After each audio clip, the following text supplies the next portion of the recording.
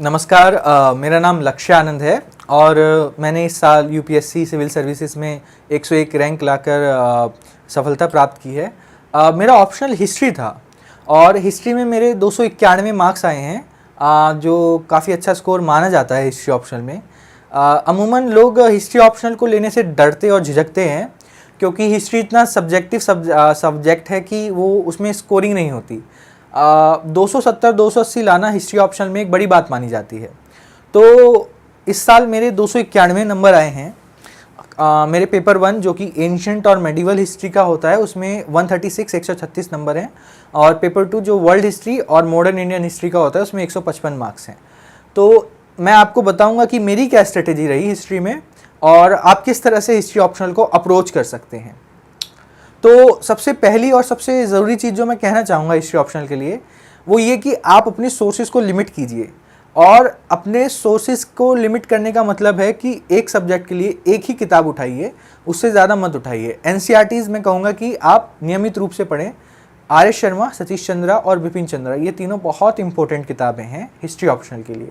ये आपको सिर्फ ना तो सिर्फ आपको आंसर राइटिंग में मदद करेंगी बल्कि आपको मैप के लिए भी बहुत हेल्पफुल रहेंगी।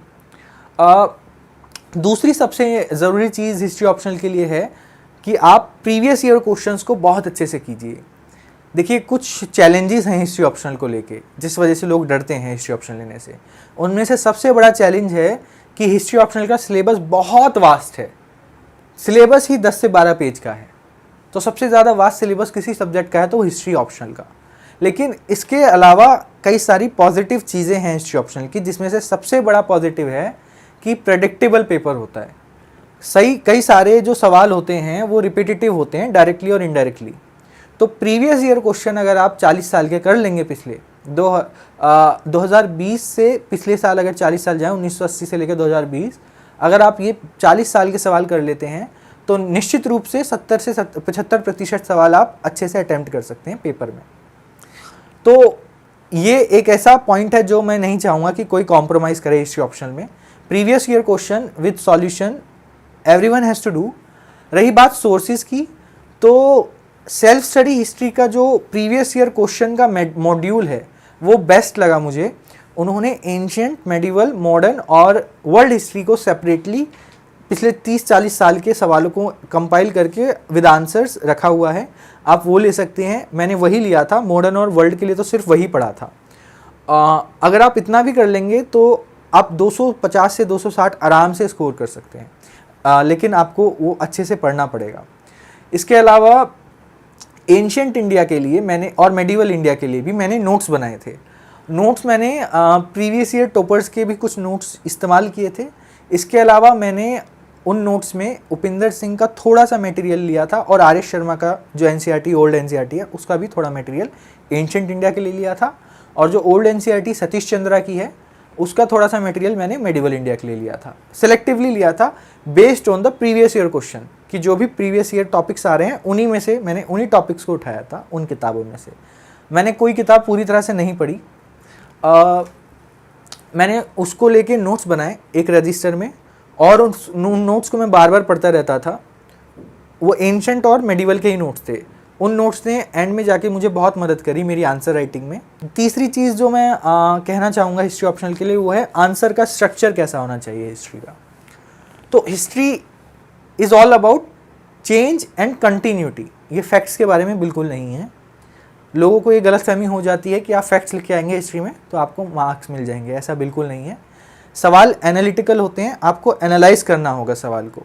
एनालाइज करने का सबसे अच्छा तरीका है कि एक इंट्रोडक्शन से शुरुआत कीजिए। 2-3 लाइन का इंट्रोडक्शन। उस इंट्रोडक्शन में कोजेस होने चाहिए जिस टॉपिक के ऊपर सवाल आया है। मान लीजिए अशोका के धम्मा पे सवाल है तो उस इंट्रोडक्शन में ये मेंशन होना चाहिए कि अशोका का धम्मा कैसे उत्पन्न हुआ, वो कैसे फैला, उसके पीछे वजह क्या थी।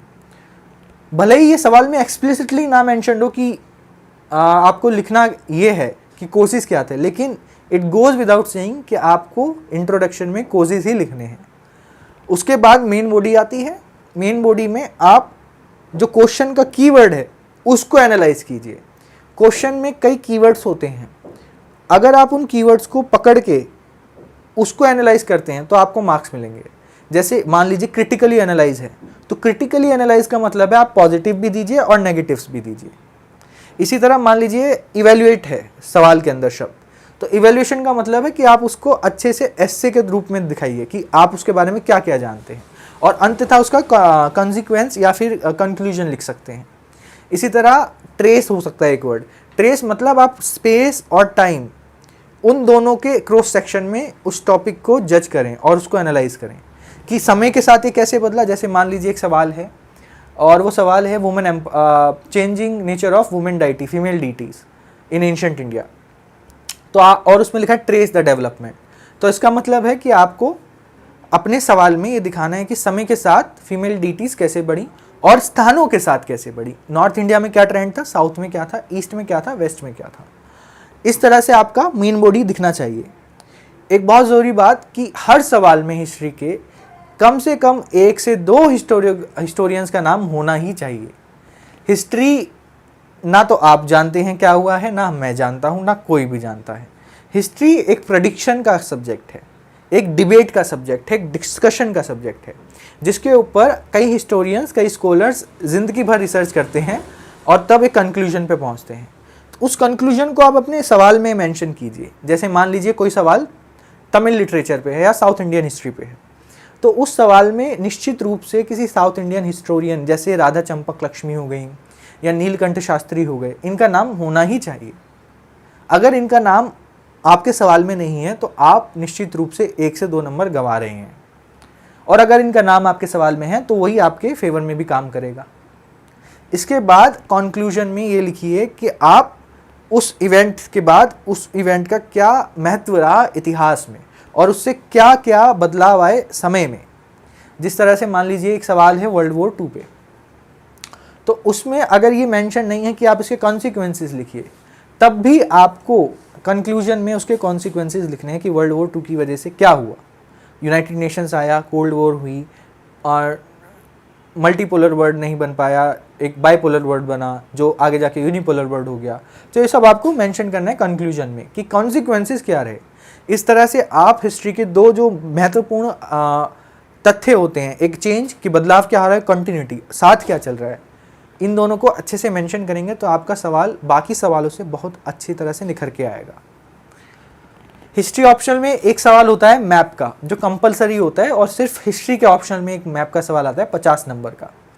इसमें 20 साइट्स होती हैं, आप सबको पता होगा, और वो बहुत मुश्किल होता है करना, क्योंकि मेरे लिए तो ज़ाती तौर पे वो बहुत मुश्किल रहा था, क्योंकि उसमें कई साइट्स आगे पीछे होती हैं। 1 किलोमीटर के ही रेडियस में आपको 5-6 साइट्स मिल जाएंगी, और यूपीएससी हर साल 2-3 नई साइट्स पूछ रहा है। जैसे कि पिछले साल उन्होंने आइवरी साइट्स पूछी, और उससे पिछले साल उन्होंने एक मॉस्क पूछा था। तो ये काफ़ी डायनामिक होता जा रहा है।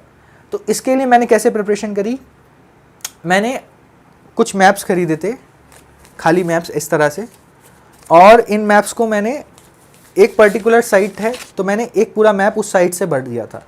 और इसका सोर्स रहा था कई सारी किताबें। ये मुझे किसी एक किताब में नहीं मिला, मैंने उपिंदर सिंह, आर्य शर्मा, इसके साथ साथ मैंने इंटरनेट की भी बहुत मदद ली इन सभी साइट्स को ट्रेस करने के लिए।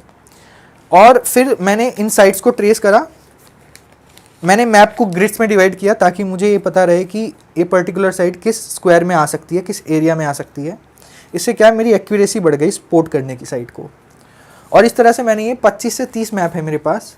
ये अलग अलग साइट के हैं, जैसे पैलियोलिथिक है, फिर मीज़ोलिथिक है, फिर इंडस वैली है, फिर नियोलिथिक है, फिर चालकोलिथिक है, और ये जैसे temple sites, mosque sites, ancient cities, trade routes, etcetera etcetera. इनको मैं रोज़ आधे से 1 घंटा पढ़ा करता था प्रीलिम्स के बाद। ये मैंने प्रीलिम्स के बाद ही बनाया है, और मैं 90 दिन तक इनको 1 घंटा पढ़ा, आधे से 1 घंटा, और मैंने साइट्स अपने दिमाग में सेट कर ली। रही बात ये कि इन साइट्स के बारे में कैसे पढ़ना है, क्योंकि 2.5 नंबर मिलता है आपको स्पोर्ट करने का और इनके बारे में 30 शब्दों में लिखने का। तो अगर आप एक साइट, पर्टिकुलर साइट जो एक पर्टिकुलर टाइम से आती है, जैसे मान लीजिए पैलियोलिथिक साइट है, उसके बारे में पढ़ रहे हैं, तो यकीनन हर पैलियोलिथिक साइट में कुछ ना कुछ 2 से 3 पॉइंट्स ऐसे होंगे जो सिमिलर होंगे। तो आप एक साइट के बारे में पढ़िए और उस एक साइट के उस कॉमन पॉइंट को आप किसी भी साइट में यूज़ कर सकते हैं। मैंने यही स्ट्रेटेजी अपनाई थी इसके अलावा मैं कुछ एक दो नई चीज़ें पढ़ लिया करता था, जैसे अत्री रमापक्कम के बारे में पढ़ लिया कि ये सबसे पुरानी पैलियोलिथिक साइट है, या ये सबसे बड़ी पैलियोलिथिक साइट है, इसको रॉबर्ट ब्रूस ने फाउंड आउट किया है। तो इस तरह से मैंने अपनी मैप की प्रिपरेशन की थी।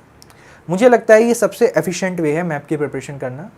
इसके अलावा अगर आपको लगता है कि इससे आप किसी और अल्टरनेटिव सोर्स को देखना चाहते हैं मैप के लिए, तो जो मुझे बेस्ट सोर्स लगा वो है सेल्फ स्टडी हिस्ट्री के मैप का मटेरियल। उन्होंने मैप बहुत अच्छे से कंपाइल कर रखे हैं, और अगर आप वो मैप पढ़ेंगे तो आपका समय भी बचेगा, क्योंकि आपका मैप बनाने का समय बच जाएगा। मुझे उस समय पता नहीं था कि ये मटेरियल मौजूद है, इसलिए मैंने खुद बनाए थे। फिर भी मैं यही सजेस्ट करूँगा कि आप मैप खुद बनाएं। इससे क्या होगा कि जब आप खुद मैप में पॉइंट आउट करेंगे चीज़ें, तो आपके दिमाग में वो रिटेन हो जाएंगी लंबे समय के लिए। रही बात वर्ल्ड हिस्ट्री और मॉडर्न इंडियन हिस्ट्री की पेपर 2 में, जिसमें मेरे 155 मार्क्स हैं, उसमें मैंने वर्ल्ड हिस्ट्री के सवाल ज़्यादा अटैम्प्ट किए थे और मॉडर्न हिस्ट्री के सवाल ज़्यादा अटैम्प्ट किए थे और वर्ल्ड हिस्ट्री के कम किए थे। हालांकि मैं सोच के गया था कि मैं वर्ल्ड के ज़्यादा करूँगा, लेकिन वहाँ मैंने एंड टाइम पे अपनी स्ट्रेटेजी थोड़ी चेंज की थी। मैं यही सजेस्ट करूँगा कि जो आपको सूटेबल लगे, जिसमें आप कंफर्टेबल हो, आप उसके सवाल ज़्यादा अटैम्प्ट करें। ऐसा कुछ नहीं है कि आप वर्ल्ड का करेंगे तो आपको ज़्यादा मार्क्स मिलेंगे, या मॉडर्न का करेंगे तो आपको ज़्यादा मार्क्स मिलेंगे। Both are equally scoring. आपको वर्ल्ड हिस्ट्री और मॉडर्न हिस्ट्री का सोर्स जो है, मुझे लगता है बेस्ट सोर्स जो रहेगा वो रहेगा, मैंने तो yellow book Vajiram and Ravi की वर्ल्ड हिस्ट्री की वो पढ़ी थी, वो मेरे को बहुत मदद करी, और उसी में से मैंने हिस्टोरियोग्राफी भी उठाई थी, और उसी हिस्टोरियोग्राफी को मैंने इस्तेमाल किया था अपने एक्चुअल आंसर्स में। वर्ल्ड हिस्ट्री के लिए मैंने सेल्फ स्टडी हिस्ट्री के प्रीवियस ईयर क्वेश्चंस सारे जितने हैं 40 साल के, वो पढ़े थे। इसके अलावा मैंने खुद भी रिसर्च किया था 1-2 महीने, पूरे हिस्ट्री ऑप्शनल के जितने सवाल आए हैं पिछले 40 साल में, उनको एक नोटबुक पे लिख लिया था, और उनको मैं बार बार देखता रहता था फ्लिप करके कि कौन कौन से सवाल रिपीटेटिव हैं, कौन कौन से सवाल बार बार आ रहे हैं। और इस साल लगभग 7 से 8 सवाल रिपीट हुए थे हिस्ट्री ऑप्शनल में, तो मुझे वो बहुत मदद किया। तो वर्ल्ड हिस्ट्री के लिए मैं ये कहूँगा कि सेल्फ स्टडी हिस्ट्री का मटेरियल इज़ द बेस्ट। खासकर जो उनका प्रीवियस ईयर क्वेश्चन का मॉड्यूल है, मैंने सिर्फ वही पढ़ा, उनका मटेरियल नहीं पढ़ा, सिर्फ प्रीवियस ईयर क्वेश्चंस का मटेरियल जो मॉड्यूल है वो पढ़ा, और उसको अच्छे से याद कर लिया, और it was very rewarding for me. I think अगर आप भी करेंगे तो आपके लिए भी वो काफ़ी फ़ायदेमंद रहेगा। तो ये थी मेरी हिस्ट्री ऑप्शनल की strategy. Thank you and all the very best. I think अगर आपको हिस्ट्री में बहुत इंटरेस्ट है, आप पढ़ सकते हैं, आपको प्यार है इस सब्जेक्ट से, तो आपको बेझिझक हिस्ट्री ऑप्शन लेना चाहिए। It will be definitely scoring if you do hard work. All the very best. Thank you.